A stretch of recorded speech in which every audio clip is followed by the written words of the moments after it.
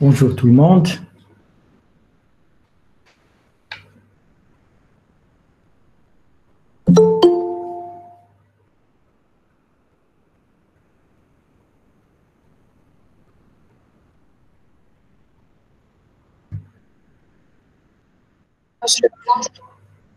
Bonjour, monsieur. Bien. Bonjour monsieur. Bien. Alors aujourd'hui, donc on commencera donc une autre partie du cours. Donc on commencera donc les techniques chromatographiques. Alors est-ce que vous arrivez à m'entendre? Oui, Très bien. Oui monsieur. Bien. Alors je disais Oui donc monsieur. qu'aujourd'hui donc on commencera donc la partie technique chromatographique. Donc je ne sais pas donc si vous avez déjà entendu parler donc de ce qu'on appelle une chromatographie ou pas du tout. non. Alors, une chromatographie, donc en fait, ce sont des techniques de séparation. Donc, ce sont des techniques séparatives, c'est-à-dire donc quand vous avez un mélange de molécules, donc on peut donc appliquer donc une chromatographie, une technique chromatographique pour pouvoir isoler un type de molécule. Donc, c'est une sorte de purification. Alors donc en fait ces techniques maintenant donc ils sont plus utilisés juste pour la séparation donc mais ils sont couplés à d'autres méthodes donc d'identification, de quantification. Donc et comme ça donc en fait quand on parle maintenant donc de techniques chromatographiques donc on a tout ça ensemble, la séparation, l'identification et la quantification de la substance. Bien. Alors donc en fait c'est des techniques bon relativement anciennes donc c'est-à-dire donc qui qui datent d'un peu plus d'un siècle. Alors j'essaie de partager donc un document.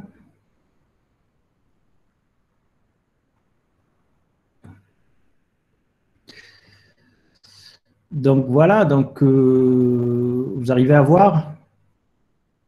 Oui, monsieur. Oui monsieur. Monsieur. Donc voilà, donc je disais donc à l'origine donc ces techniques donc ont été utilisées uniquement pour la séparation des substances. Donc tout ce qui est identification et quantification vient après. Maintenant donc dans un appareil de chromatographie, c'est-à-dire dans ce qu'on appelle un chromatographe. Donc et vous allez voir donc il y en a plusieurs types. Donc on retrouve donc en fait toutes ces fonctions là, c'est-à-dire la séparation, l'identification et la quantification. Alors, étymologiquement, c'est-à-dire donc d'un point de vue linguistique, donc ce que signifie donc chromatographie, donc ce que signifie ce mot. Donc vous allez retrouver donc des racines grecques, donc chromos, donc ça veut dire une couleur, et graphie, donc ça veut dire un graphe tout simplement, donc c'est-à-dire quelque chose donc qu'on peut se représenter donc sur un support. Alors ça s'appelle comme ça, donc juste par rapport à l'origine de ces techniques, c'est-à-dire la première technique de séparation de ce genre qui a été mise au point a été effectuée sur des pigments, sur quelque chose de coloré, donc et c'est comme ça qu'elle a gardé son nom chromatographie, c'est-à-dire un graphe où on va voir donc des couleurs. Alors, c'est ce que vous voyez devant vous donc, dans la diapo. Alors, vous voyez donc qu'avant, donc, vous avez des taches d'une certaine couleur. Vous arrivez à suivre? Oui monsieur. Alors, si jamais, donc, en fait, vous n'arrivez pas à suivre, donc, vous me le dites, donc, parce que moi, je ne vois pas donc, ce que vous voyez. Alors, je disais, donc, vous voyez ici, donc, à l'origine, vous avez des taches qui correspondent à une couleur, et après, donc, en fait, après une séparation, donc, vous apercevez donc, que ce qui est, par exemple, ici vert, était constitué du jaune et du bleu, et ainsi de suite. Donc, il y a là où vous avez retrouvé de plusieurs tâches au lieu d'une seule tâche qui était la tâche d'origine. Alors donc en fait, qu'est-ce que ça veut dire? Ça veut dire tout simplement que cette substance qui nous apparaît donc comme étant une seule substance, donc en fait est effectivement composée de différents composés. Alors ici donc du jaune et du bleu. Et là aussi donc on peut espérer que le jaune c'est un type de molécule, c'est-à-dire une seule molécule, et le bleu c'est un seul type de molécule. Donc en fin de compte, donc en fait ça nous a permis, donc cette technique ça nous a permis de séparer donc des molécules, des substances qui étaient initialement mélangées dans le même point. Alors comment ça se fait qu'il y a possibilité qu'il y ait séparation? C'est ce que vous voyez là, donc c'est tout simplement, donc ici, ça peut être du papier sur lequel vous avez déposé une goutte de substance colorée et que vous avez plongé par le bas dans un solvant. Alors le solvant va monter par capillarité dans votre papier, il va monter en entraînant avec lui donc les substances que vous avez déposées.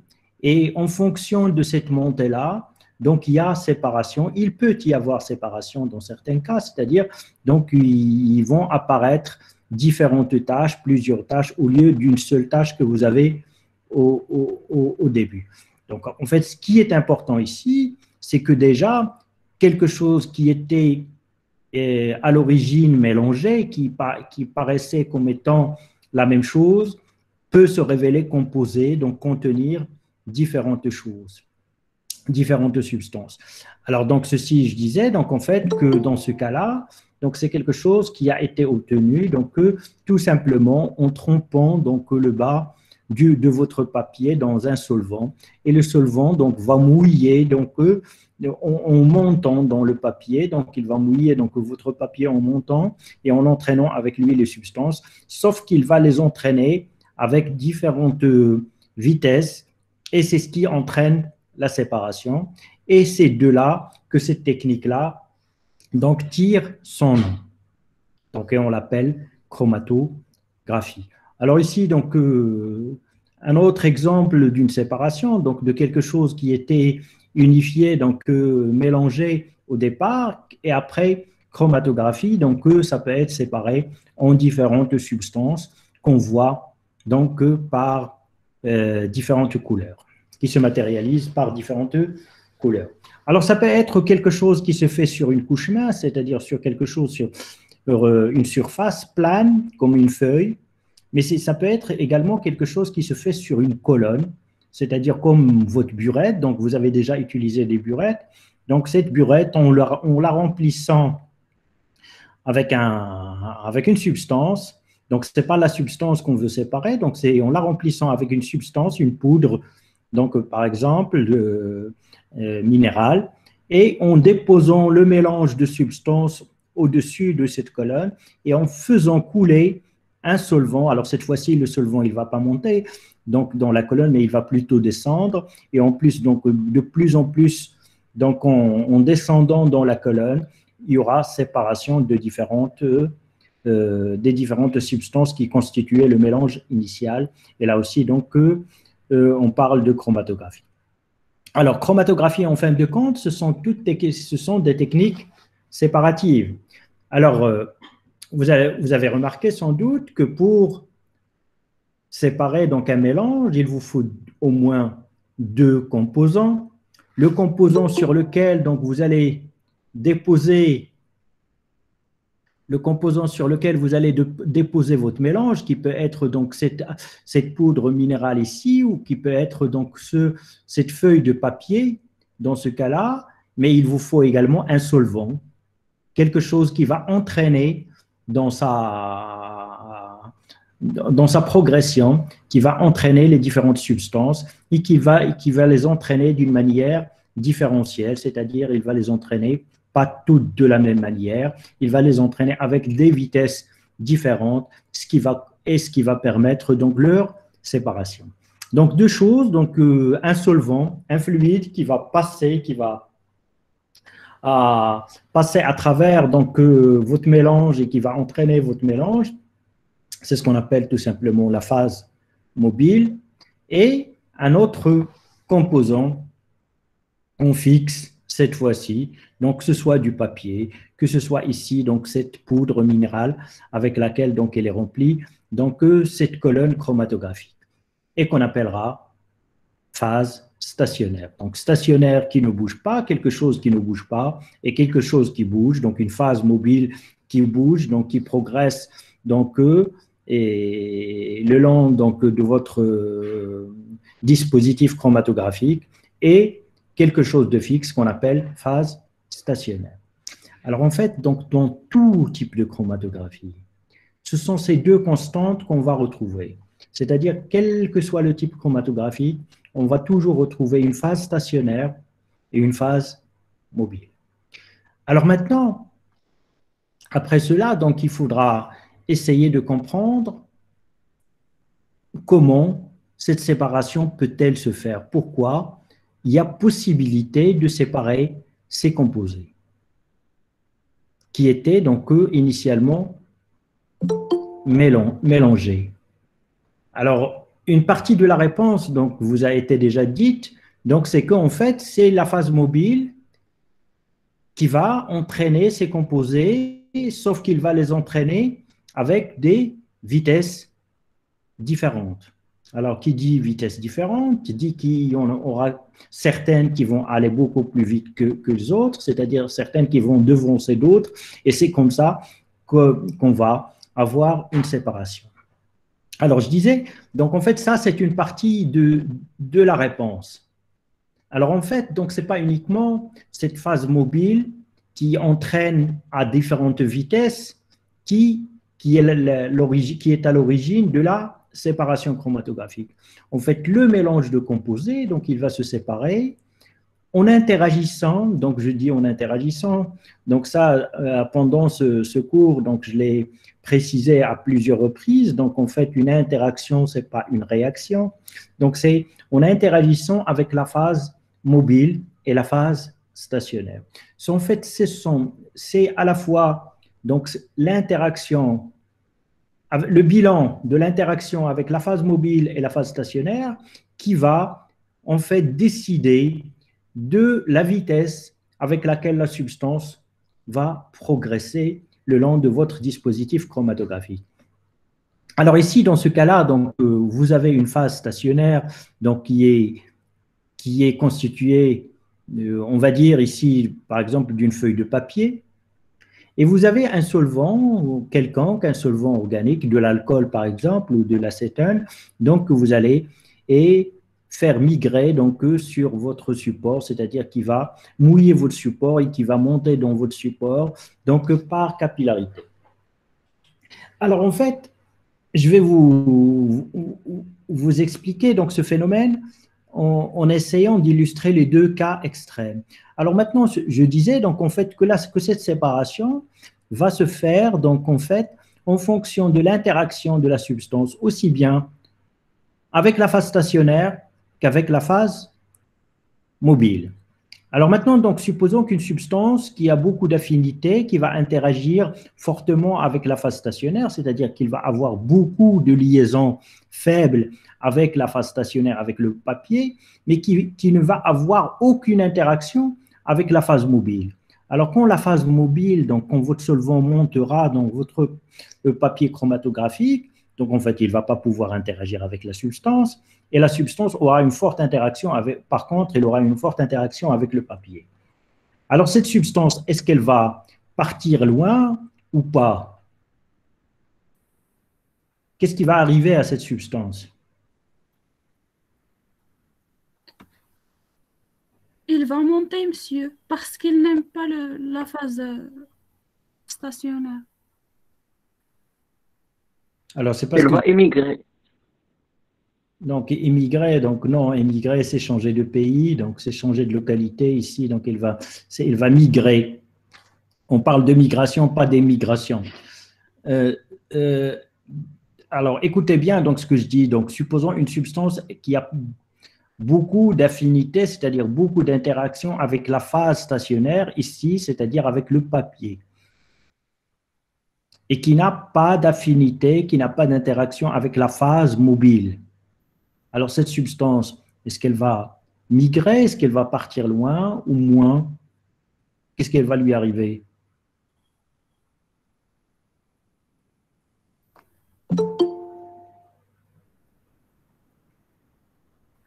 Il va partir loin Pourquoi? parce que la phase mobile va monter avec la phase stationnaire et il faut Mais qu'il... la substance n'a pas d'affinité avec la phase mobile. Il ne peut pas avoir d'interaction avec la phase mobile. Donc, c'est bien l'exemple que j'ai donné. Donc, il va rester à sa place. Donc, voilà, tout à fait. Donc, en fait, puisqu'il n'a pas d'interaction avec la phase mobile et il a plus d'interaction avec la phase stationnaire, il va rester accroché à la phase stationnaire alors que la phase mobile donc, ne pourra pas l'entraîner parce qu'en fait, il n'interagira pas avec la phase mobile. Alors maintenant, supposons le cas inverse. Une substance qui n'a pas d'affinité avec la phase stationnaire, c'est-à-dire qui a peu d'interaction avec le papier, mais qui va interagir à l'inverse, beaucoup plus avec la phase mobile. Alors, il va interagir avec la phase mobile, c'est-à-dire en fait qu'il va avoir des liaisons avec les molécules de solvant et les molécules de solvant vont pouvoir la déplacer, l'entraîner avec elle le plus loin possible. Donc, cette substance-là, dans ce cas-là, donc il va partir avec le solvant. Il va partir aussi loin que le solvant.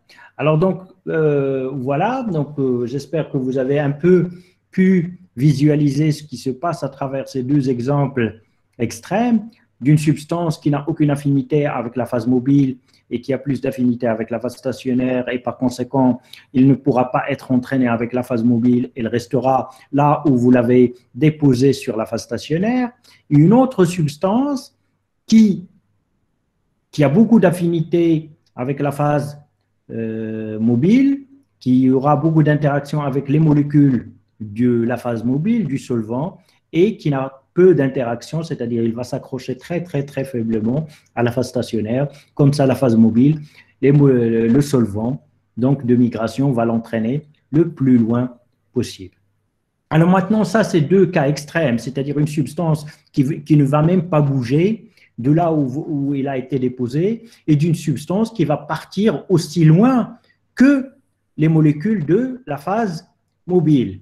Alors maintenant, donc ça, c'est deux extrêmes. En fait, les molécules, ils auront aussi bien les molécules à séparer, ils auront aussi bien une interaction avec la phase mobile qu'une interaction avec la phase stationnaire. Et c'est le bilan. C'est-à-dire, c'est les résultats de ces deux interactions, aussi bien avec la phase mobile qu'avec la phase stationnaire, qui va faire que la substance va migrer un peu, ou un peu plus, ou beaucoup.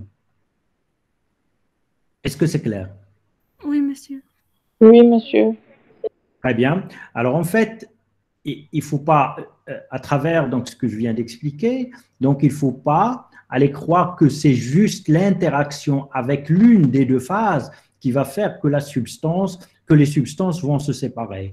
C'est l'interaction avec les deux phases. C'est le bilan de l'interaction avec la phase mobile et avec la phase stationnaire qui va faire qu'une substance va migrer peu, ou un peu, ou beaucoup plus, ou avec le front du solvant. Alors maintenant, donc, il reste peut-être une chose pour pouvoir comprendre donc en fait tous ces phénomènes chromatographiques. Alors, dans cette interaction, qu'est-ce que j'ai placé, qu'est-ce qu'on a placé, qu'est-ce qu'on a voulu dire par interaction? Quand je dis interaction, c'est-à-dire une molécule a une interaction ou une affinité avec la phase mobile ou avec la phase stationnaire. Il peut s'agir de quoi?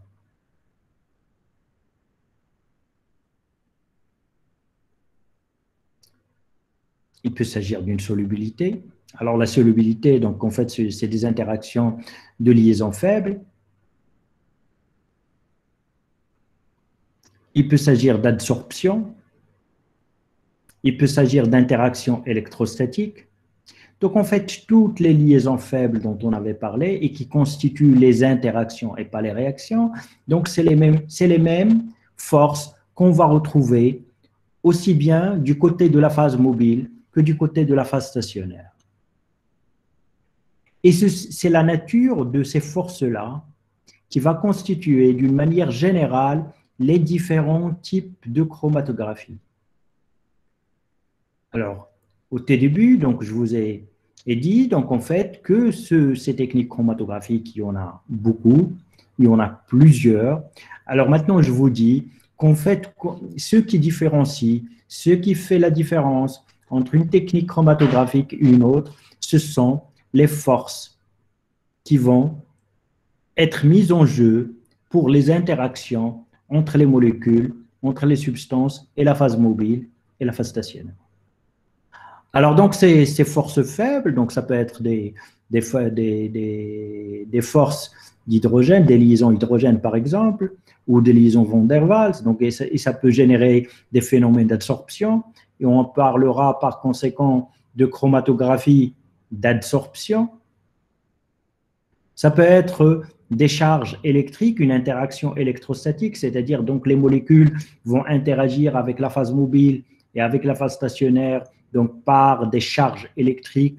Et là, on va retrouver ce qu'on appelle la chromatographie échangeuse d'ions. Alors, ça peut être la solubilité, donc c'est-à-dire donc en fait les molécules vont être plus solubles dans la phase mobile ou dans la phase stationnaire, et on retrouvera ce qu'on appelle la chromatographie de partage. Alors, il reste un autre type de chromatographie, donc, ou deux types de chromatographie, donc, dans lequel, donc, en fait, c'est autre chose qui interagit, ou plutôt d'une autre manière. Alors maintenant, dans la chromatographie, ce qu'on appelle la chromatographie d'exclusion, donc en fait, c'est juste la taille des molécules.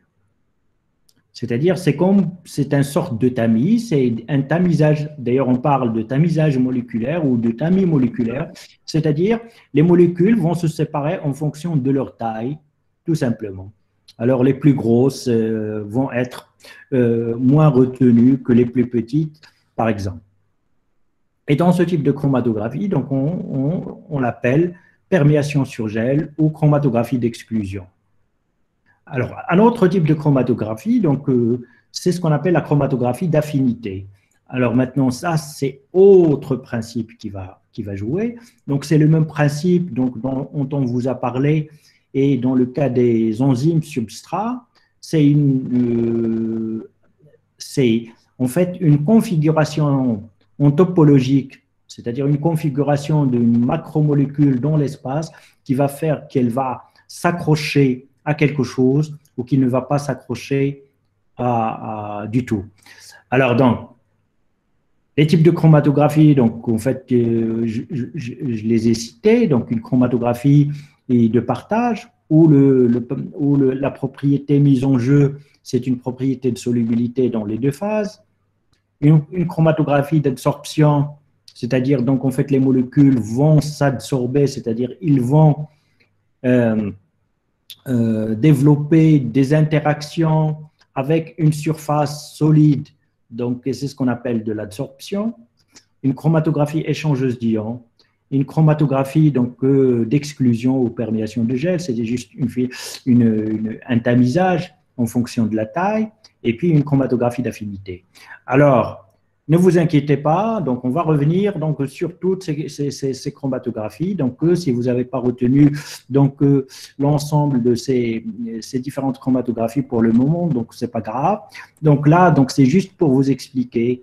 Donc, en fait, que c'est ce que j'ai appelé tout à l'heure, il y a un moment, donc interaction avec la phase mobile et avec la phase stationnaire. Ce sont en fait ces types d'interactions qui vont nous donner différents types de chromatographie. Alors, donc ça, c'est les types de chromatographie. Alors, on peut encore en trouver différentes sortes de chromatographie selon d'autres paramètres, par exemple, la nature de la phase mobile et la nature de la phase stationnaire. Alors, la phase stationnaire, donc, c'est quelque chose de fixe. Donc, ça peut être un solide, mais ça peut être également un liquide. Donc, je vais revenir dessus donc, pour vous expliquer comment un liquide peut être fixe. Il ne va pas se déplacer. Alors, la phase mobile, c'est obligatoirement un fluide, puisque ça va se déplacer. Une phase mobile, donc c'est quelque chose qui coule. Donc, c'est obligatoirement un fluide, c'est-à-dire donc soit un liquide, soit un gaz. Alors, quand c'est un liquide, ça peut être un seul type de solvant, c'est-à-dire l'eau, par exemple, tout seul. Ça peut être un alcool, ou ça peut être un mélange de solvants. Ça peut être un mélange, c'est-à-dire un peu d'alcool, un peu d'eau et un peu d'autre chose. Donc, on mélange tout ça et ça va nous faire une phase mobile.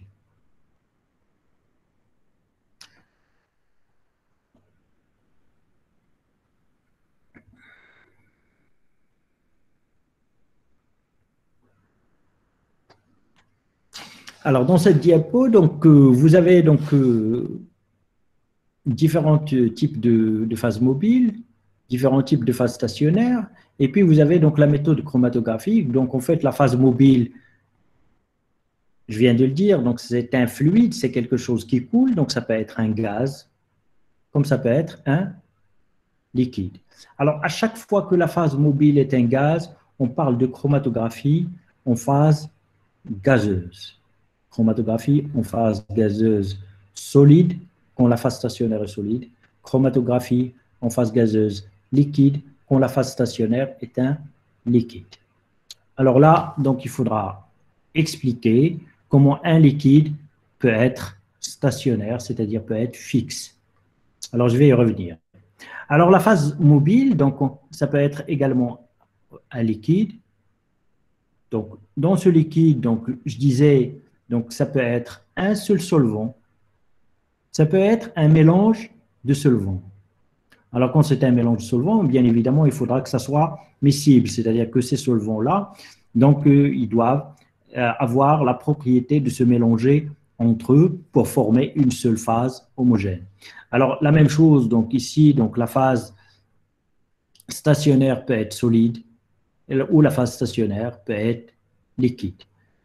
Et on retrouve une chromatographie liquide solide, une chromatographie liquide liquide.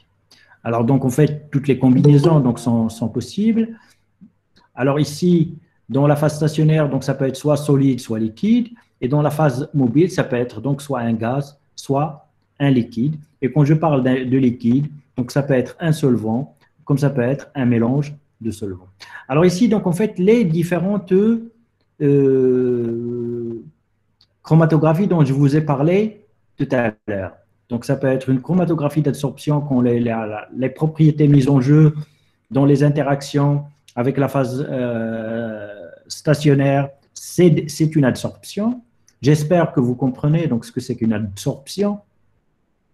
Une adsorption, c'est quand des molécules se fixent sur une surface solide. On parle d'adsorption avec un D. Alors, ça peut être une chromatographie de partage, c'est-à-dire une partition, c'est lorsque les molécules sont solubles dans les deux phases. Ça peut être une chromatographie d'échangeuse d'ions quand les molécules vont se fixer à l'une ou l'autre phase en fonction de leur charge. Et ça peut être donc en fait une chromatographie, donc une perméation en surgel, quand en fait il s'agit juste d'un tamisage moléculaire, c'est-à-dire donc d'une séparation en fonction des tailles des molécules. Alors, je vais revenir sur cet exemple-là, comment un liquide peut constituer une phase stationnaire. C'est-à-dire comment un liquide peut ne pas bouger tout simplement. Alors, il n'y a pas 36 manières pour rendre un liquide fixe, c'est-à-dire il faut l'accrocher, il faudra que les molécules donc liquides soient accrochées, soient liées à un support solide tout simplement. C'est-à-dire, en fait, les molécules qui vont constituer la phase stationnaire, ils sont fixés à un autre support qui est, lui, solide. Alors maintenant, pour visualiser ceci, donc vous avez tous des tapis de laine chez vous. Oui ou non? Oui. Oui. Alors maintenant, donc on fait des tapis de laine, donc il y a des fibres de laine qui dépassent du tapis. Oui ou non? Oui, c'est monsieur. comme une brosse. Alors en fait, celles-là, ce sont les molécules liquides. Mais ils sont fixés à un support. Ils ne peuvent plus bouger parce qu'ils sont fixés à un support par une réaction chimique. C'est comme ça qu'on fabrique, c'est comme ça qu'on prépare des phases stationnaires liquides. La phase stationnaire, elle est liquide, et les stationnaires, elles ne bougent pas parce qu'en fait, les molécules, ils sont fixés à un support. Les molécules sont liquides, ils peuvent bouger, mais en fait, ils ne peuvent pas se déplacer parce que, en fait, on les a fixés à un solide. Donc, j'espère que, à travers cet exemple-là, vous arrivez donc à visualiser ce que peut être une phase stationnaire liquide. Oui, monsieur. Très bien. Alors maintenant, donc, on va essayer donc, de voir un certain nombre de définitions. Donc, on va juste revenir sur des choses que j'ai déjà annoncées, mais peut-être d'une manière rapide, donc pour mieux les fixer. Alors, une phase stationnaire, dans tout type de chromatographie, dans n'importe quel type chromatographique, vous avez deux phases, une phase stationnaire, une phase mobile. Une phase stationnaire, donc c'est la phase fixe qui reste sur place. Donc ça peut être un solide, mais ça peut être également un liquide. Et je viens de vous expliquer comment donc une phase stationnaire peut être liquide. Alors la phase mobile, donc c'est ce qui coule sur la phase stationnaire. Alors ça peut être ici un solvant ou ça peut être un gaz. Mais à chaque fois que c'est un gaz, on parlera de chromatographie en phase gazeuse. Donc, la chromatographie en phase gazeuse, donc c'est juste tout type de chromatographie où la phase mobile est un gaz. Alors, après, quel type de chromatographie ça peut être? Ça peut être une chromatographie d'absorption, ça peut être une chromatographie d'affinité, ça peut être une chromatographie de partage, etc. Donc, tous les types de chromatographie dont j'ai parlé. La seule définition d'une chromatographie en phase gazeuse, c'est qu'on la phase mobile, donc ce qui va entraîner les molécules, est un gaz et pas un solvant liquide. Alors, on parle d'élution. L'élution, en fait, c'est tout simplement le processus à travers lequel, donc, en fait, les molécules vont progresser, par exemple, dans une colonne, et pour qu'à la fin, on puisse les récupérer à la sortie de la colonne. Alors, donc, si je reviens à cette figure-là, en fait, l'élution, donc, c'est ce processus-là qui va faire que, en fait, à force de faire passer de la phase mobile dans cette colonne, donc, il va finir par faire sortir les molécules, et on parle d'élution ici, donc c'est en anglais, mais c'est la même chose. Donc ici, vous avez eluted molecules, donc ici, donc c'est des molécules éluées. C'est bon? Oui, monsieur. Alors, donc, en fait, il y a un problème. Donc ici, dans ces exemples-là, c'est des exemples un peu trompeurs parce que tout simplement, ce que vous séparez, vous le voyez. Ici, vous le voyez parce qu'en fait, vous êtes en train de séparer des pigments. Vous séparez des molécules qui sont naturellement colorées, donc que vous pouvez détecter avec vos yeux. Alors maintenant, est-ce que toutes les molécules, vous arrivez donc à les détecter avec vos yeux? C'est-à-dire, si vous aviez ici un mélange de sucre, vous avez du saccharose, du fructose, du xylulose, ou d'autres sucres, est-ce que si vous les avez ici mélangés, si vous les séparez par exemple dans une chromatographie, est-ce que vous arriverez à voir ou le remplacement? Non, monsieur. Non. Donc voilà, donc en fait la majeure partie donc, des molécules, ils ne sont pas visibles à l'œil nu, donc en fait on ne les détecte pas parce qu'en fait tout simplement, donc ce n'est pas des pigments, ce n'est pas des molécules qui peuvent absorber la lumière du visible. Donc ça on en a parlé quand on a parlé de spectroscopie UV visible. Donc maintenant vous constatez qu'en fait si vous séparez de l'ADN ici, si vous séparez donc des sucres, si vous séparez des acides aminés, jamais vous verrez rien. Vous n'allez rien voir sur votre papier chromatographique ici. Vous n'allez rien voir ici également sur votre colonne. Alors maintenant, comment se débrouiller? Alors, comme on en a également parlé lors de la spectroscopie UV visible, donc il faudra se débrouiller pour que ces molécules-là donc, soient colorées, soit qu'on les détecte d'une manière ou d'une autre avec un autre instrument, donc pas forcément avec nos yeux, mais il faudra les détecter, se débrouiller pour soit les colorer. Et on parle de révélation.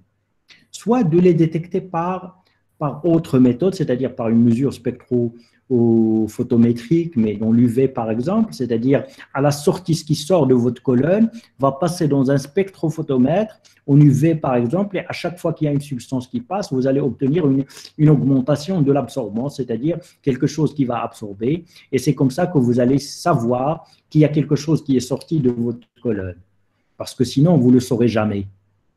Parce que ce n'est pas coloré, donc vous ne pouvez pas le détecter. Alors en fait, ces méthodes-là, on les appelle des méthodes de détection. Alors maintenant, dans tout système chromatographique, il vous faut une phase stationnaire, une phase mobile, mais il vous faut également un système de détection. Parce que la majeure partie des molécules, ils sont indétectables à l'œil nu. Alors maintenant, il vous faut obligatoirement quelque chose pour détecter ces molécules. Donc, il y en a deux manières de faire.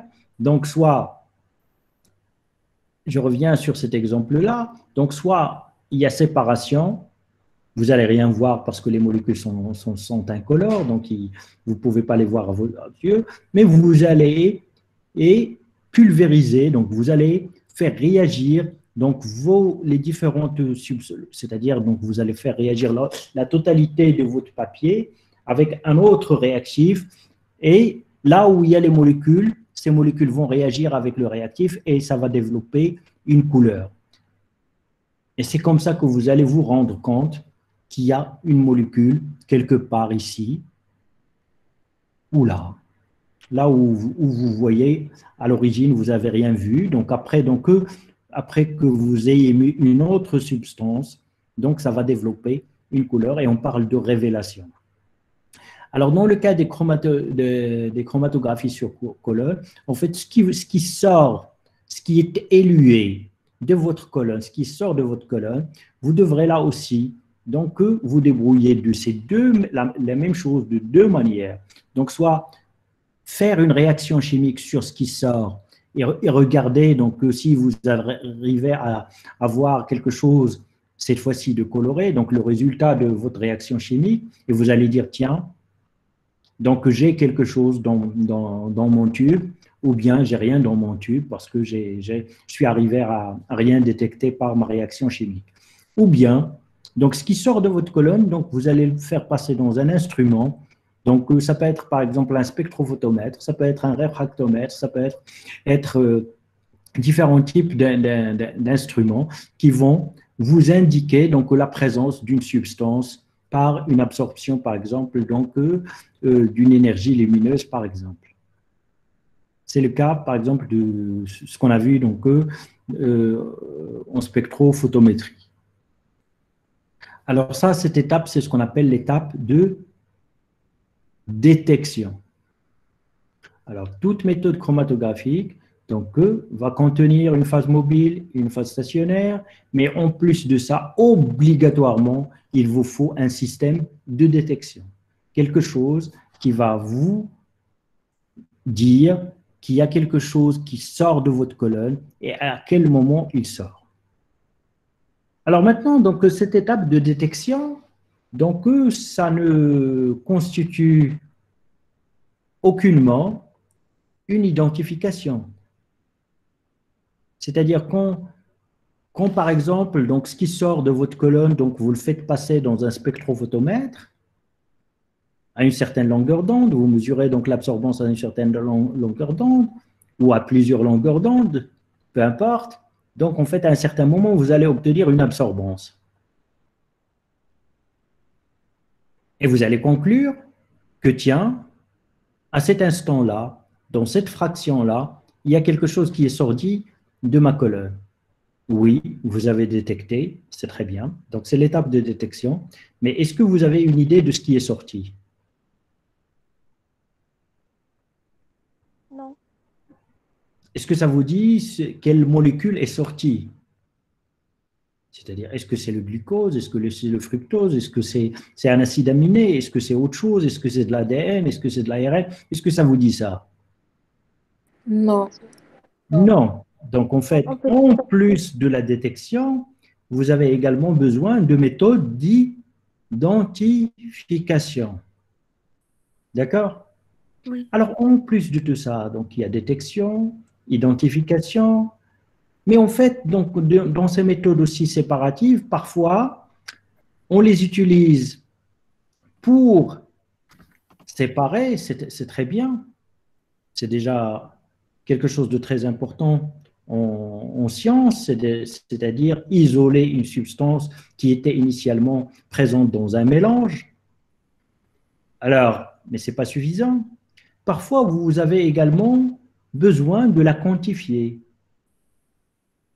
Alors, donc séparer, détecter, identifier et puis quantifier. C'est-à-dire, il vous faut également quelque chose qui vous dira que la substance que vous avez séparée, voilà, elle est sortie à tel moment et qu'il s'agit de telle substance et qu'elle est présente à telle quantité.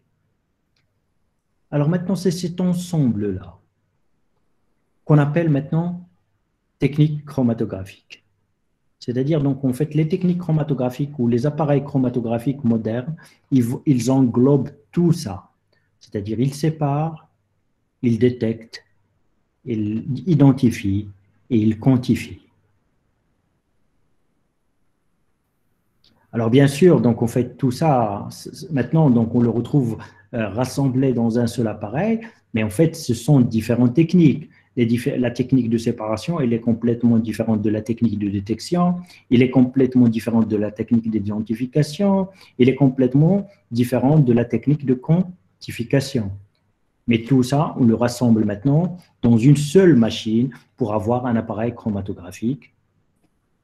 Et c'est comme ça, donc, en fait, que se présentent aujourd'hui les appareils chromatographiques.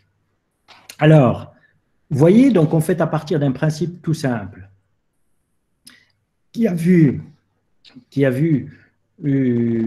sa naissance il y a plus de 100 ans, c'est-à-dire on va mettre un mélange de pigments, un mélange de substances colorées sur une colonne de craie.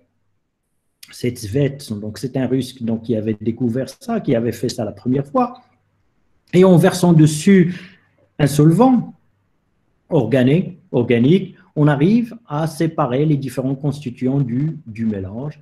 Donc, et on a appelé ça chromatographie.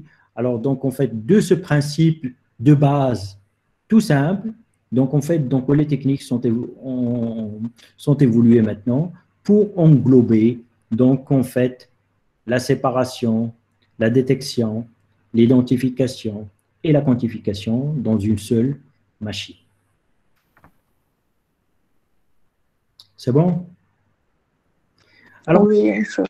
Alors maintenant, pour finir donc, cette introduction sur les techniques chromatographiques, donc je vais juste rappeler qu'en fait, qu'on peut distinguer les chromatographies selon la phase mobile et la phase stationnaire. La phase mobile, ça peut être un liquide, ça peut être un gaz. Les phases stationnaires, par contre, ça peut être également un solide ou un liquide, et vous avez donc différents en chromatographie. On peut également donc les différencier en fonction du phénomène qui est mis en jeu pour la séparation. Est-ce que c'est de l'absorption, c'est de la solubilité, c'est un échange d'ions, c'est de l'affinité, ou c'est juste un tamis moléculaire, c'est-à-dire une séparation en fonction de taille. Alors, on peut également en distinguer, donc je ne sais pas où j'ai mis ça, d'autres types de chromatographie, donc qu'on a ici, donc voilà, donc ici, vous avez les types chromatographie, donc les types de séparation chromatographique. Et ici, donc, c'est ce que j'ai expliqué en fonction du mécanisme donc, de séparation, si c'est de l'absorption, du partage, de l'échange d'ions, de l'exclusion ou de l'affinité. Mais on peut également retrouver donc, en fait, des chromatographies donc, qu'on appelle juste instrumentales, c'est-à-dire une chromatographie en phase gazeuse, une chromatographie liquide haute performance et une chromatographie de surface. Et je vais revenir, on reviendra la prochaine fois pour expliquer tout ça. Alors maintenant, dans une chromatographie instrumentale, par exemple, donc si je prends le cas de la chromatographie en phase gazeuse, donc en fait, il y a juste une chose qu'on sait, c'est que la phase mobile est un gaz. Le mécanisme, ça peut être de l'absorption, ça peut être du partage, ça peut être de l'échange d'ions, et ça peut être de l'affinité. C'est-à-dire, en chromatographie en phase gazeuse, il peut s'agir d'absorption, il peut s'agir de partage, il peut s'agir d'affinité. Ça peut être... C'est possible d'avoir tous ces types de chromatographie en phase gazeuse. Donc, il y a juste une seule constante, c'est impérativement, la phase mobile est un gaz. Alors, la chromatographie liquide haute performance, donc elle est liquide, donc en fait, la phase mobile, c'est un liquide, on l'appelle haute performance ou haute pression. Je vais y revenir la prochaine fois pour expliquer ce que c'est. Alors, les chromatographies de surface, donc en fait, c'est toutes les chromatographies où la phase stationnaire, c'est une surface, comme ce qu'on avait vu donc, sur un papier, par exemple. Ça peut être donc un autre support, pas le papier, sur lequel a été fixée la phase stationnaire proprement dite, c'est-à-dire donc un verre, du verre sur lequel on a mis une couche de silice, par exemple, ou une couche d'alumine. Bien.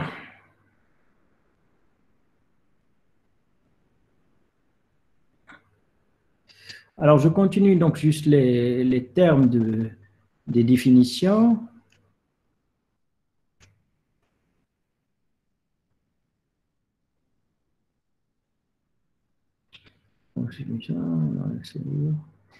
Non, j'y arrive. Alors, donc, phase stationnaire, donc j'espère que maintenant vous savez à quoi ça correspond. La phase mobile également. L'élution, donc c'est le fait donc, de faire sortir des molécules d'une colonne chromatographique. La révélation, donc je viens de l'expliquer, donc en fait c'est le phénomène par lequel on va rendre visibles les substances après séparation. L'identification, c'est les techniques, c'est l'ensemble des techniques donc, qui vont nous fournir donc, une idée sur la nature de la substance séparée. Et le chromatogramme, c'est le support papier sur lequel on va retrouver les informations qui nous indiquent le nombre de substances qui sont sorties, leur concentration, donc, et en fait le moment de leur sortie. Alors, donc tout ça, donc on va y revenir donc, avec un peu plus de détails donc, la prochaine fois. Alors, je préfère arrêter donc, à ce niveau-là pour ce qui concerne donc, en fait, ces techniques chromatographique, donc cette introduction sur les techniques chromatographiques, donc et on continuera la prochaine fois.